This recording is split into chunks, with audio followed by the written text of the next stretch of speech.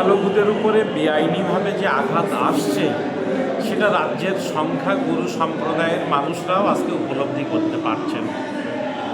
মন্দিরে মসজিদে মাইক এটা চিরন্তনভাবে বাজে। গোটা বিশ্বের সর্বত্র মুসলমানরা মাইকে আজান দিয়ে থাকে।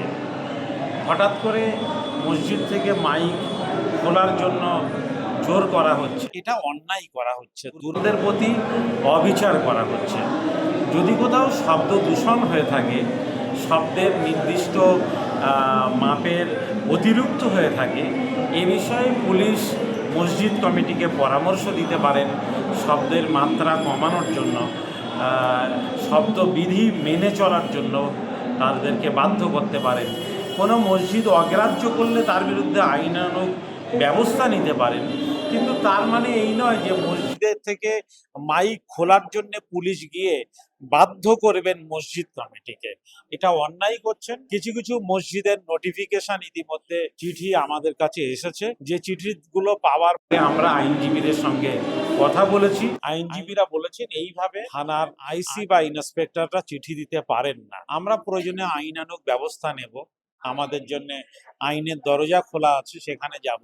আর পুলিশকে বলবো অনুগ্রহ করে আপনারা আইন লঙ্ঘন করবেন না।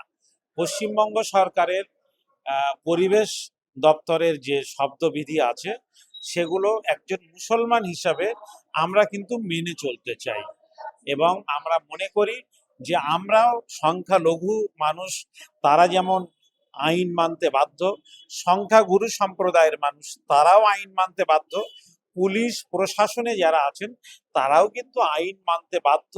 আমরা কেউই আইনের ঊর্ধ্বে নই, আমরা কেউই আইন ভাঙতেও চাই না।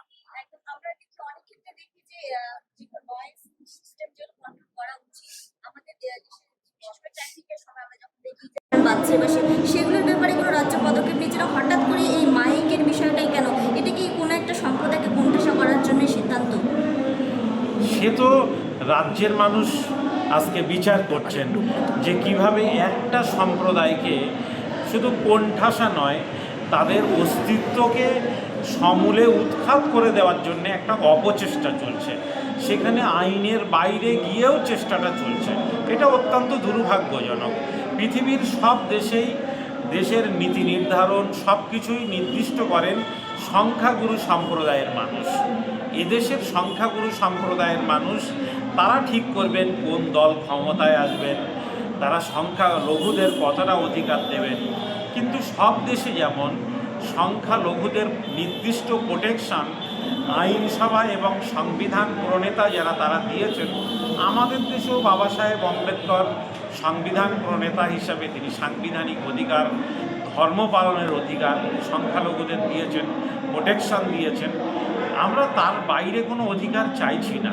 সংখ্যালঘু হিসাবে সংখ্যালঘু তোষণের কথা বারবার বলা হয়ে থাকে। 5টা প্রশ্ন যদি করা হয় তার উত্তর দিতে পারবেন রাজ্যের বা দেশের শাসক। স্বাধীনতার পরে তো কোনো মুসলিম শাসক এই দেশ শাসন করেননি।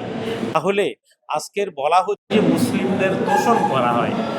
পশ্চিমবাংলায় যদি 30% মুসলমান হয়ে থাকে, তাহলে সংখ্যালঘুরা 33% 5%-এর নিচে থাকতো না। এ থেকেই তো বোঝা যায় যে মুসলমানদের তোষণ করা হয়েছে, না যুগ যুগ ধরে মুসলমানরা এ রাজ্যে শোষিত হয়েছে।